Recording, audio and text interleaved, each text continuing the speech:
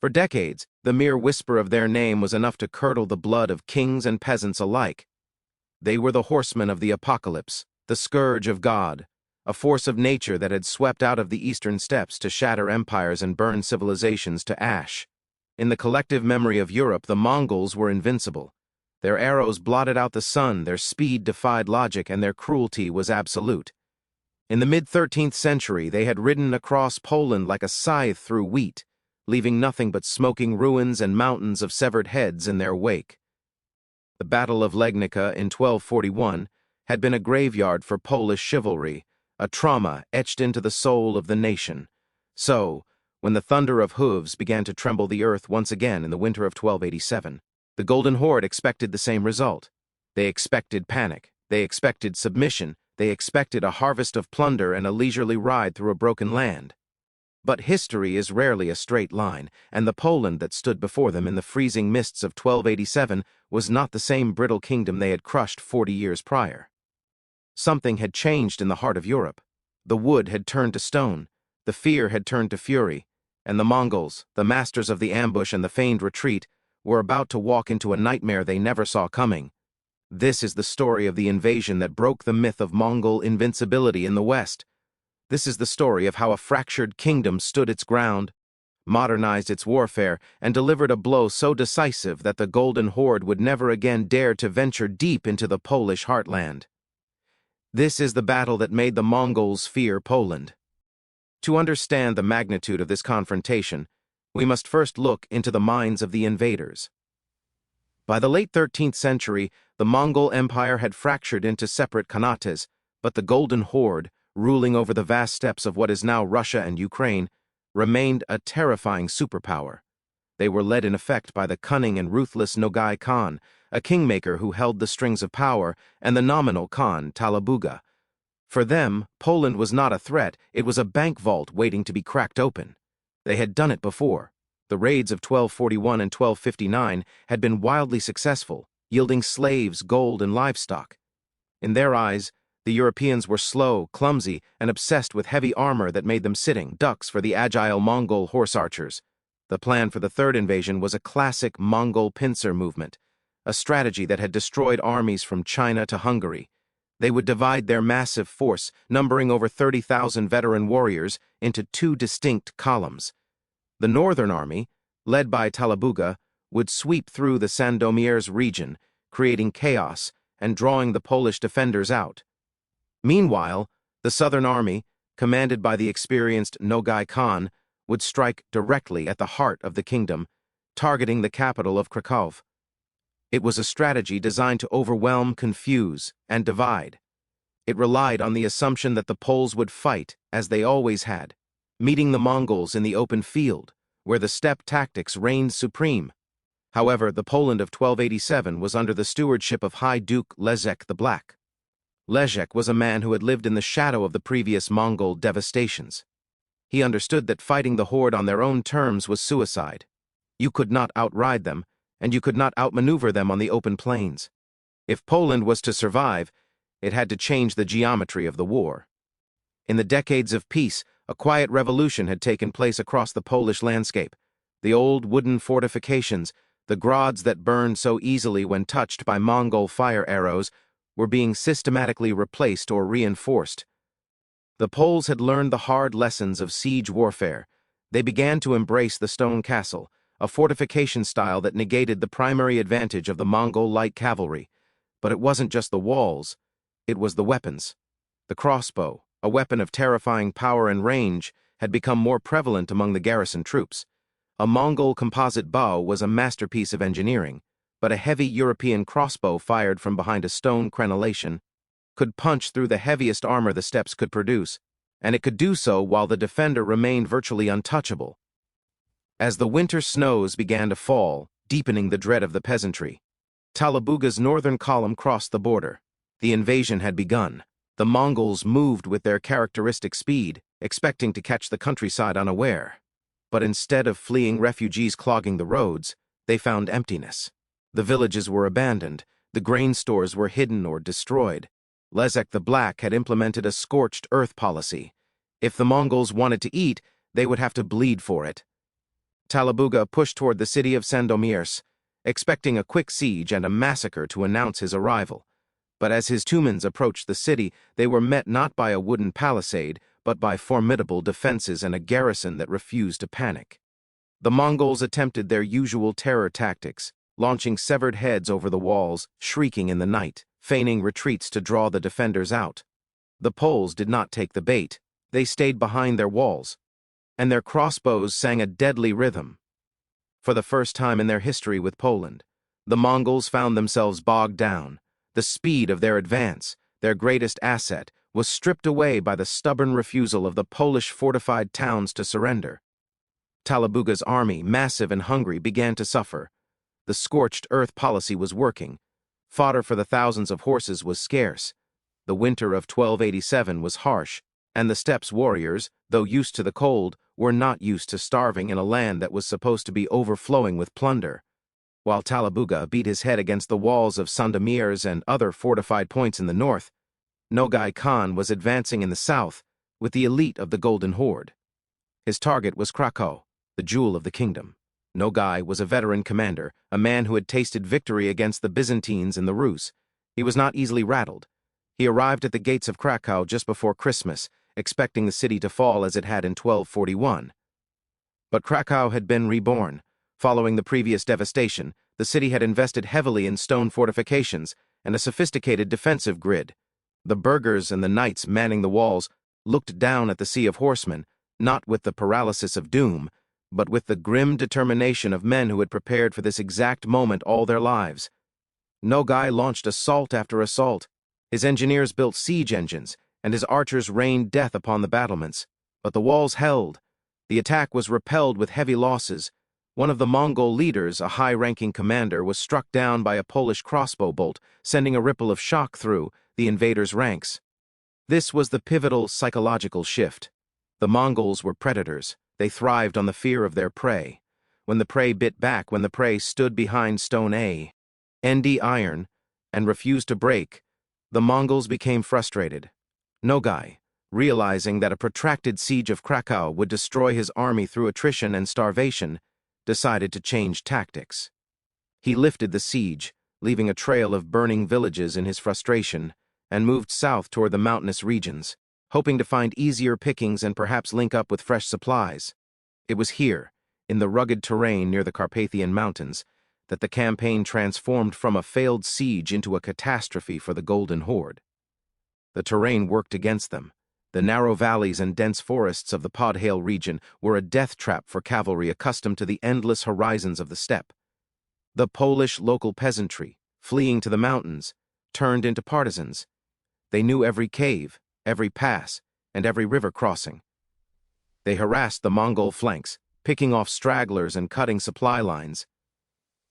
But the final nail in the coffin of the Mongol invasion would come from an alliance that had been forged in blood.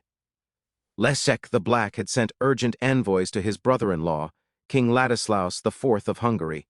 Hungary, too, had suffered under the Mongol yoke, and they knew that if Poland fell, they were next. Ladislaus did not hesitate.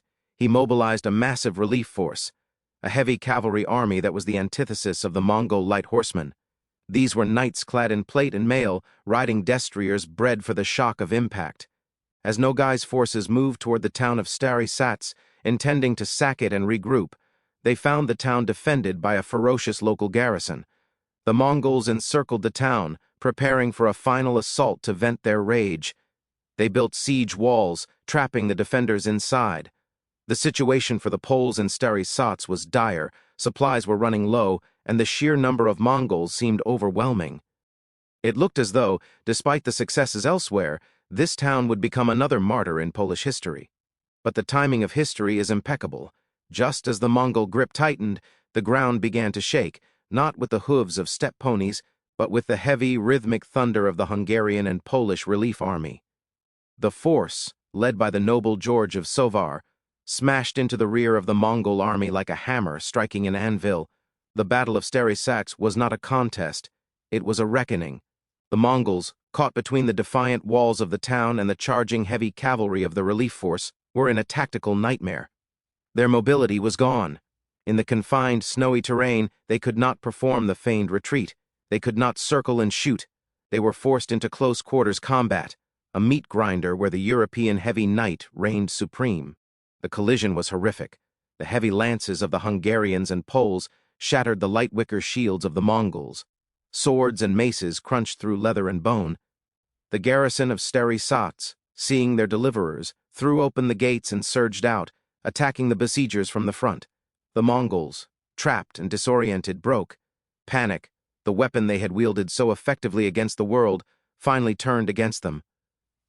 For the first time in generations, the Mongols were not just defeated, they were routed. The snow turned red around Stary-Sats. Thousands of invaders were cut down. The invincibility of the Golden Horde evaporated in the freezing air of the Dunajec Valley. Those who escaped the slaughter fled in disarray, casting aside their loot and weapons to run faster. Meanwhile, to the north, Talabuga's situation had deteriorated from a stalemate to a disaster. Hearing of the defeat in the south and facing a Polish army that was growing bolder by the day, H.E. ordered a retreat. But this was not an orderly withdrawal, it was a death march. The Polish forces, led by Leszek the Black, pursued them relentlessly. The winter, which the Mongols usually used as an ally, turned into their executioner. Starving, freezing, and constantly harried by Polish knights who now sensed blood in the water, Talabuga's army disintegrated. Historical accounts from the Rus chronicles, which usually praised Mongol prowess, paint a grim picture of this retreat. They speak of Talabuga returning to the steppes with only a fraction of his men, his army decimated not just by battle, but by the sheer resilience of the Polish defense. The humiliation was total. Talabuga and Nogai, who had set out to conquer and plunder, returned with nothing but tales of stone walls that would not break and ironclad knights who would not die. The aftermath of the invasion of 1287 to 1288 was profound. It marked a permanent shift in the balance of power in Eastern Europe. For Poland, it was a moment of national salvation and validation. The reforms of Leszek the Black and the investment in fortifications had paid off. The psychological shackles of Legnica were broken. The Poles realized that the Mongols were flesh and blood, that they could be killed, and more importantly, they could be defeated strategically. For the Golden Horde, the consequences were severe. The defeat exacerbated the internal tensions between the Khans. The myth of their endless expansion was shattered. They would continue to raid borderlands in the future, but never again would they mount a full-scale invasion with the intent of conquering the Polish kingdom. They had learned a lesson written in blood. The West was no longer soft. The battle that made the Mongols fear Poland was not just a single engagement at Stary-Sats, it was the entire campaign, a triumph of logistics, engineering, Alliance B, yielding, and sheer grit. It is fascinating to consider the tactical evolution that occurred here. The Mongols were stuck in the past, relying on the shock and awe that had worked for Genghis Khan. They failed to adapt to the changing landscape of European warfare. Poland, conversely, was a nation in metamorphosis. They combined the static defense of the castle age with the mobile striking power of the heavy cavalry, creating a hammer and anvil dynamic that the light cavalry of the steppes could not solve. Furthermore, the victory at Stary-Sats highlighted the importance of European unity in the face of the Eastern threat. The Hungarian intervention was decisive. It showed that when the fractured states of Christendom coordinated their efforts, they could repel the greatest military machine of the medieval world.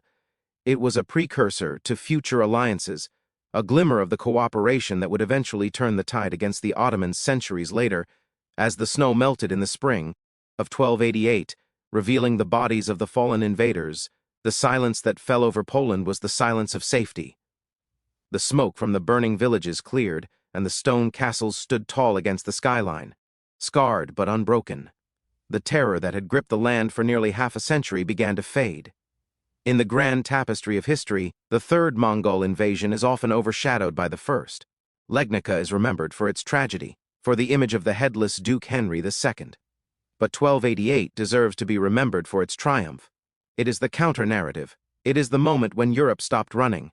It is the moment when the predator looked into the eyes of its prey and saw something that made it flinch. The Mongols didn't expect the stone. They didn't expect the crossbows. They didn't expect the Hungarians.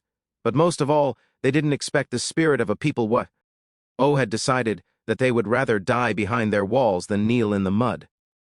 The fear that the Mongols felt as they retreated through the mountain passes was a new sensation for them, a cold realization that the world had caught up. This victory allowed Poland to continue its development, paving the way for the reunification of the kingdom under Ladislaw the Elbow High and eventually the Golden Age under Casimir the Great. If Stary Sats had fallen, if Krakow had been sacked, the history of Central Europe would have been irrevocably darker, but the line held.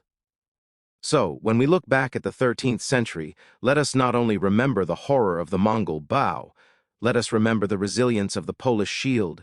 Let us remember the winter where the Golden Horde broke its teeth on the fortifications of the Piast dynasty. It is a testament to the enduring truth of military history. Adaptation is the key to survival. The Mongols failed to adapt, and in the snowy valleys of southern Poland, they paid the ultimate price. The fear had changed sides.